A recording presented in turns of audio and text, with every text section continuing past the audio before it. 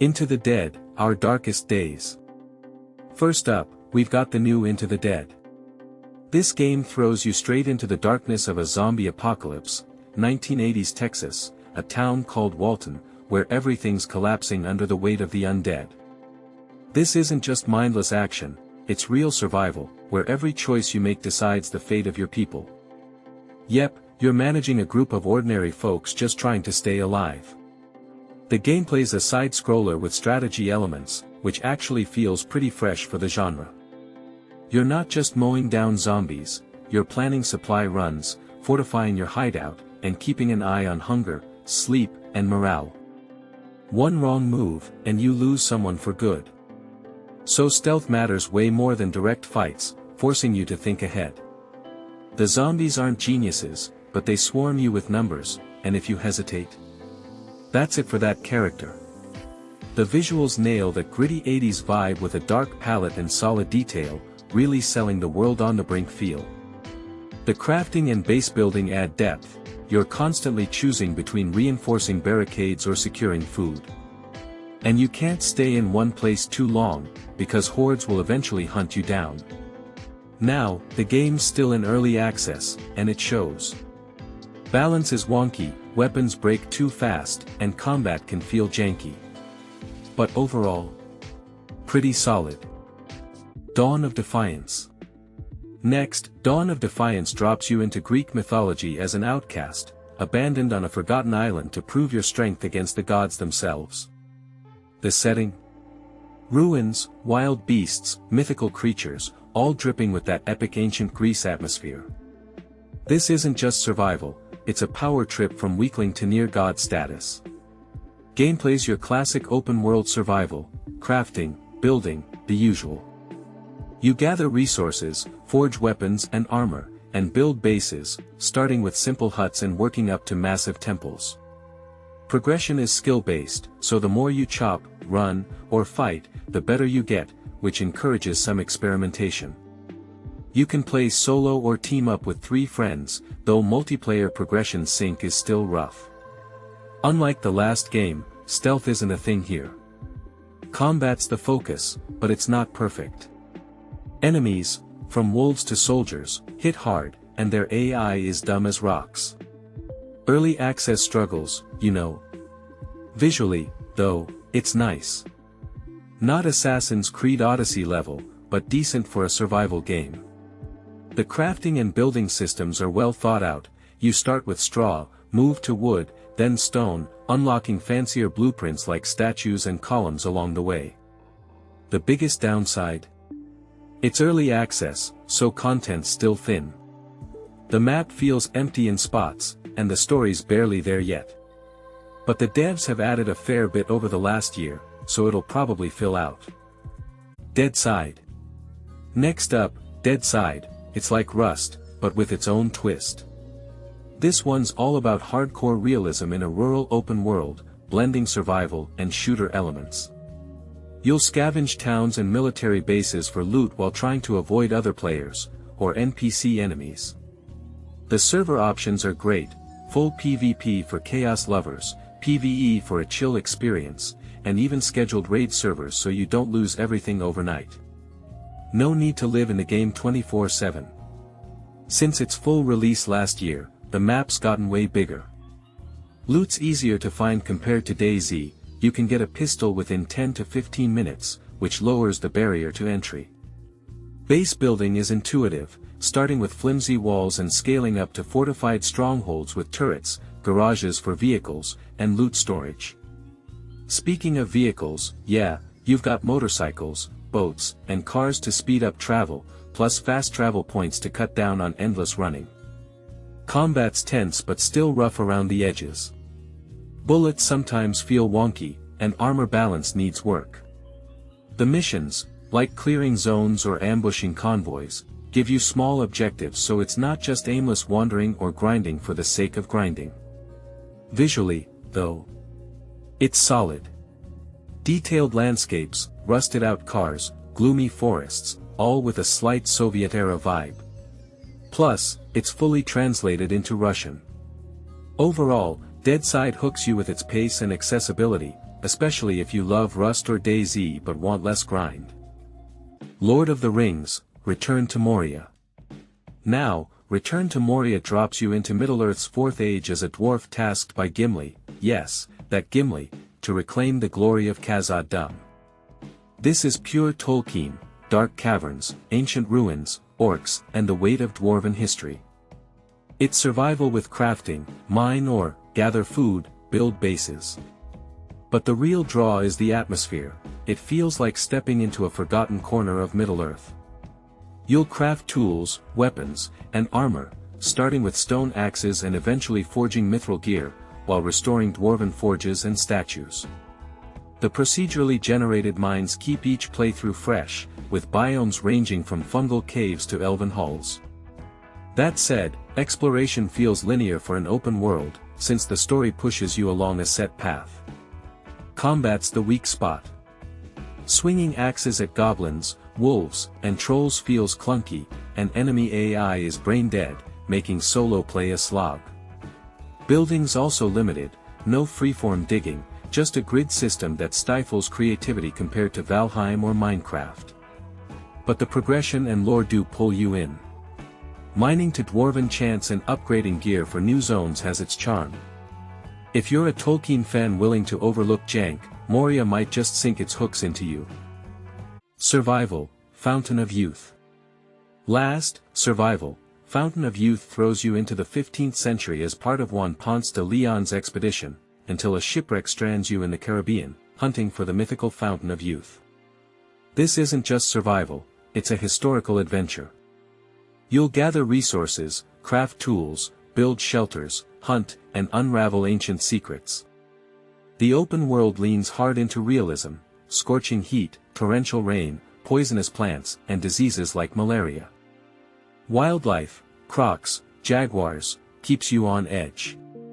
Managing hunger, thirst, energy, and health is brutal. Mistakes, like heatstroke, permanently reduce max health until you find rare, living water. Crafting spans primitive spears to muskets, but gathering materials can feel grindy. The archipelago's 11 islands each have unique biomes, jungles, swamps, volcanoes, and puzzles, repairing mechanisms, activating lighthouses, to nudge exploration. The story, told through notes and ruins, reveals the expedition's fate, though the ending feels abrupt. After leaving early access last year, the game added a final zone, rebalanced mechanics, and polished the UI. It's now a complete survival experience, just don't expect smooth performance on weak hardware. No More Room in Hell 2. No More Room in Hell 2 throws you into a full-blown zombie apocalypse nightmare, where you're just another survivor in a world overrun by infection. This is an 8-player co-op horror shooter, heavily inspired by George Romero's films, with a brutal focus on survival and teamwork. You start alone on massive maps, think rural power plants or claustrophobic small towns, with barely any gear, maybe a revolver, a pipe, and a flashlight. Your goal: find other players, scavenge resources, and complete objectives like restarting the power grid to prevent total collapse. The gameplay is all about tension. Zombies are slow, but their numbers are deadly, and permadeath means every mistake costs you everything. Stealth and smarts often beat brute force, ammo's scarce, and noise draws hordes. The inventory and crafting system lets you cobble together weapons, medkits, and explosives, while skill progression unlocks passive perks like faster sprinting. Visually, it's Unreal Engine 5 goodness. Early access was rough, reviews tanked hard, but the devs have been grinding, and it's genuinely improving. At this point, actually playable. Atomfall. Next, Atomfall drops you into an alternate 1960s Britain, where the wind-scale nuclear disaster has turned northwest England into a quarantine zone. 5 years after the meltdown, you wake up in a bunker with no memory, unraveling a mystery that blends sci-fi, folk horror, and survival. Gameplay's first-person with semi-open zones, not quite a full open world. You'll scavenge, craft, and fight while piecing together clues through notes, conversations, and clashes with factions, help the military, locals, or even druid cults lurking in ancient ruins. Crafting ranges from cricket bats to pistols and bows, but ammo's rare, so melee's often unavoidable. Combat's janky, stealth too, but exploration shines. Idyllic fields, red phone booths, and grim bunkers create a haunting contrast. The retrofuturistic art style is stunning, though the lack of day/night cycles or weather dulls immersion. No quest markers here, you solve puzzles using coordinates and dialogue hints. Frustrating if you miss details, but rewarding for fans of Fallout's freedom or Stalker's atmosphere. A niche gem for sure. Survivalist, Invisible Strain. More zombies? You bet. Survivalist, Invisible Strain is set a decade after the apocalypse, where survivors flee to the wilderness. You're one of them, building a new life in the wastes, but this isn't just survival. It's a colony sim with RPG and strategy layers. Recruit NPCs, manage relationships, and fortify bases against zombies, raiders, and harsh weather. Gameplay hybridizes third-person action and RTS. Aim for limbs to cripple enemies, or go full tactical with top-down commands. The world's procedurally generated, with cities, rivers, and camps making each run unique. The twist? An invisible strain virus. Infected seem normal until they turn, forcing paranoia until you scavenge brain scanners. Zombies also vary, green ones are weak, and curable for a week, while rare white variants are instant death. NPCs feel alive, gossiping and squabbling dynamically. Co-op for 4 spices things up, but solo's solid too. Just fully launched from early access, so it's finally feature complete. Generation Zero. Generation Zero drops you into an alternate 1989 Sweden where peaceful villages and forests are overrun by killer machines. You play as a teenager returning from a camping trip to find your hometown abandoned, and crawling with robots, from tiny drones to towering mechs. This isn't just a shooter, it's open-world survival where you scavenge, craft, and fight to uncover the mystery behind the invasion. Gameplay's a co-op FPS with guerrilla tactics, lure enemies into traps, distract them with fireworks or boomboxes, and target weak points to dismantle the machines.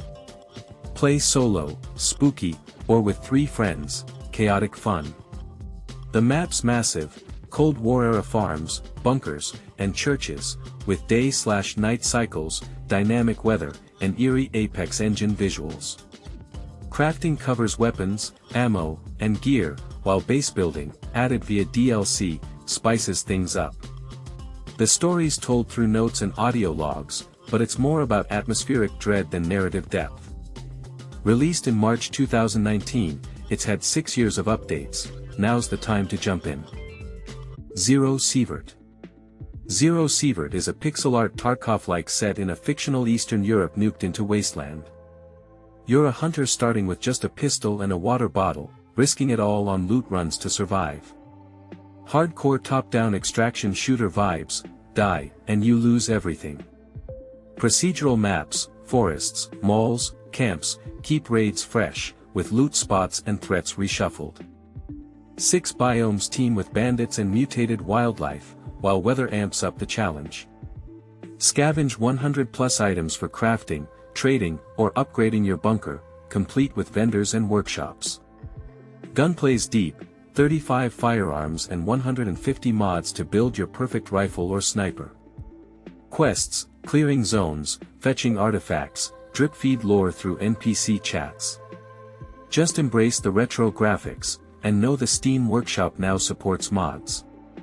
Basically, Tarkov without PvP. HumanitZ.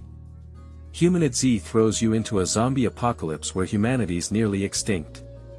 As one of the last survivors, you'll fight to reclaim the top of the food chain in this isometric open-world survival game. Choose your playstyle, risk cities for loot and hordes, or live off-grid hunting/farming. The map's huge, forests to urban ruins, with drivable cars and dynamic weather, rain, fog, for tension. Manage hunger, health, and resources solo or with 4-player co-op. Crafting's robust, clubs to rifles, and base building scales from shacks to fortified compounds. Perks, a la Project Zomboid, and NPC bandits, deadlier than zombies, add depth.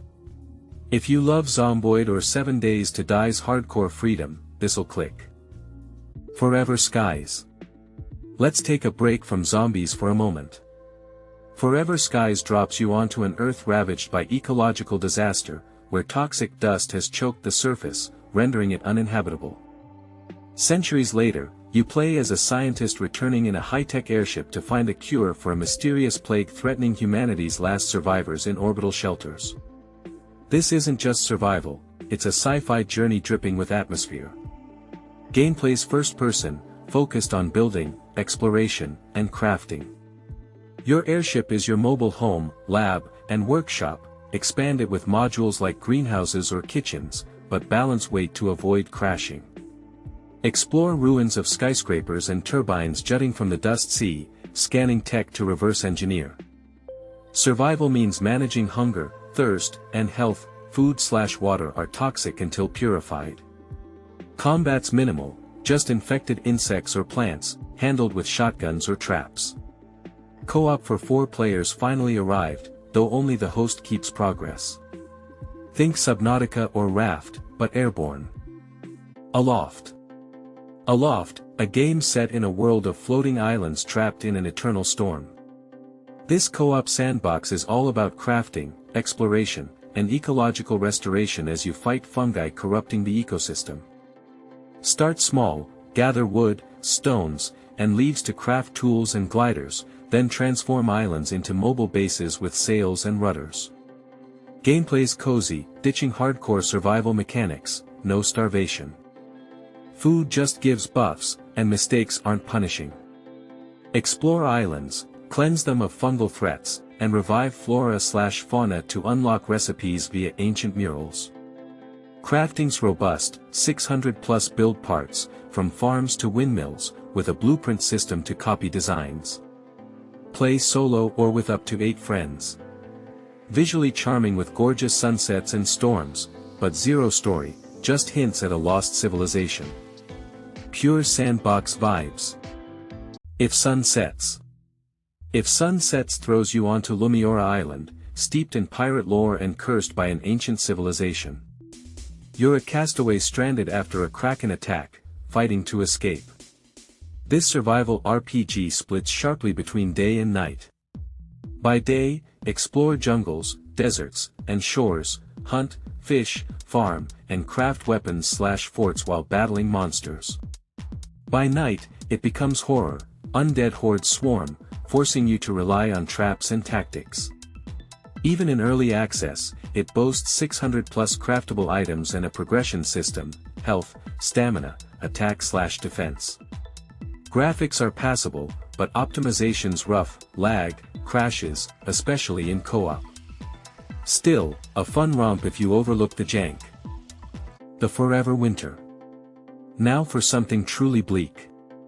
The Forever Winter depicts a world ravaged by ecological collapse and endless war between superpowers that have turned Earth into a living hell. You're a lowly scavenger picking through battlefields where giant mechs and cyborgs grind everything to pulp. This isn't some heroic shooter, it's tactical survival horror where your only goals are to steal loot and, well, survive. Gameplay is third-person cooperative extraction shooter for up to 4 players, emphasizing stealth and survival strategy. The dynamic battlefield system makes every encounter unpredictable, enemies fight each other pursuing their own objectives. Fire a shot carelessly and you might draw unwanted attention. Stealth is absolutely critical here, you're no match for tanks and drones, so avoiding patrols beats direct confrontation. Loot everything from water to weapon parts to upgrade your base and gear, but die on a run and you'll lose it all unless you retrieve your stash. Maps like the Ash Mesa or underground cemeteries ooze atmosphere with ruined cities and colossal mech wreckage, though some areas feel cramped. Enemy spawns can be chaotic, sometimes popping up right in front of you, but these are minor complaints. The Unreal Engine 5 graphics create a profoundly oppressive atmosphere, playing this is equal parts painful and exhilarating. Night of the Dead. Night of the Dead throws you into a zombie apocalypse as Lucy, a woman who wakes up after experiments on an island overrun with undead. This isn't just survival, it blends open-world exploration, crafting, base building and horde defense a la 7 Days to Die. By day you'll scavenge abandoned homes, forests and towns for resources while hunting and cooking. The real challenge comes at night when the game turns into pure hell. Hordes descend on your base, from regular zombies to giants and special bosses that can throw axes. Your survival depends on traps, spikes, ballistae and flamethrowers you've prepared in advance. The gameplay loop is addictive: build fortresses, automate production, craft weapons from swords to rifles. A research tree unlocks new blueprints and skills, replacing traditional leveling. You can even drive vehicles to avoid long treks and explore underground dungeons for rare loot. While the graphics impress with their grim palette and detailed ruined streets, optimization struggles, especially in co-op. Since leaving early access last May, the developers added a new map, vehicles and balance improvements, but bugs remain: teleporting zombies, glitchy animations, rubbery combat. Still, when don't you encounter bugs these days? Overall, it's fantastic. Norland. Welcome to Norland, a medieval world where a fallen empire has left warring kingdoms in its wake. As head of a noble family managing a small town, your goal is to restore its greatness. This isn't just another colony sim, it's a story generator where every decision spawns drama, betrayal and triumph. Gameplay blends RimWorld and Crusader Kings. You oversee lords who command peasants, soldiers and slaves, but don't control everyone directly. These lords with their personal desires, love triangles, drinking problems, can either aid or completely derail your plans. Manage your economy carefully, set prices, trade with caravans, build armies, and weave intrigues from bribery to assassinating rival kings. Religion plays a key role too. The church monitors your actions, sending bishops who might incite rebellion if you fall out of favor. If you enjoy RimWorld's chaos or Crusader Kings' political machinations, Norland delivers similar thrills. The only downside? Content is somewhat limited at this stage. Nightingale.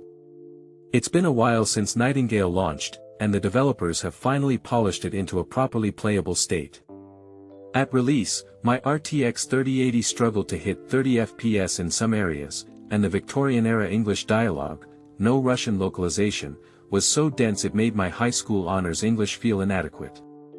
But now, vast improvements. The game drops you into a gaslamp fantasy world where Fey magic collides with steam technology. As a realm walker stranded after the collapse of the Portal network, you navigate a labyrinth of Fey realms to reach the legendary city of Nightingale, humanity's last stronghold. This is open-world survival with crafting, building, and combat, but with a twist: the realm card system. While worlds feel open, they're actually large instanced zones. You combine cards to create unique realms with different biomes, forests, deserts, swamps, weather patterns, enemies, and loot, making each expedition unpredictable. You'll gather everything from sticks to rare crystals, craft weapons and magical gear, and build estates ranging from cottages to castles. Progression is gear-gated, better equipment unlocks harder dungeons. Exploration shines thanks to gorgeous environments, with lore delivered through notes and chats with Puck, your snarky Fey companion. Best of all, it supports co-op for up to 6 players. Runescape Dragonwilds. Fresh out the gate, Runescape Dragonwilds takes us to the uncharted continent of Atomfall, where ancient dragons have awakened. This co-op survival game, up to 4 players, tasks you with gathering resources, building shelters, and ultimately slaying the Dragon Queen.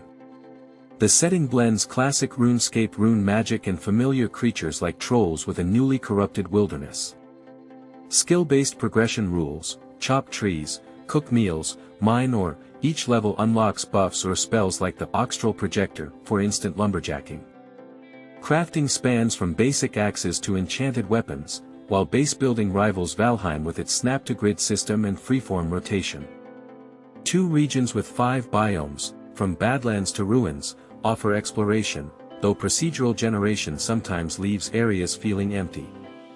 Combat's tense but clunky, standard survival game fare, and boss dragons like Vilger suffer from stiff animations.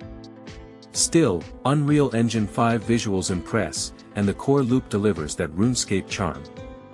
Just note, no Russian localization. Lost Skies.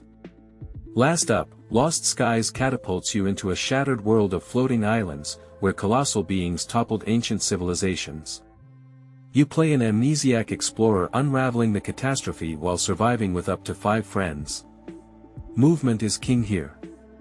Use grappling hooks, glider wings, and climbing skills to traverse islands, solving ruins puzzles and salvaging lost tech.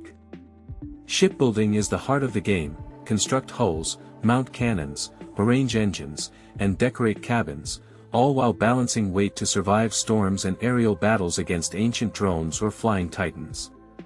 The physics-driven world feels alive. Gravity affects flight, storms test your vessel's durability, and every dogfight becomes an epic struggle. Visually striking, this one's perfect for players who dreamed of Worlds Adrift meets The Legend of Zelda, Skyward Sword.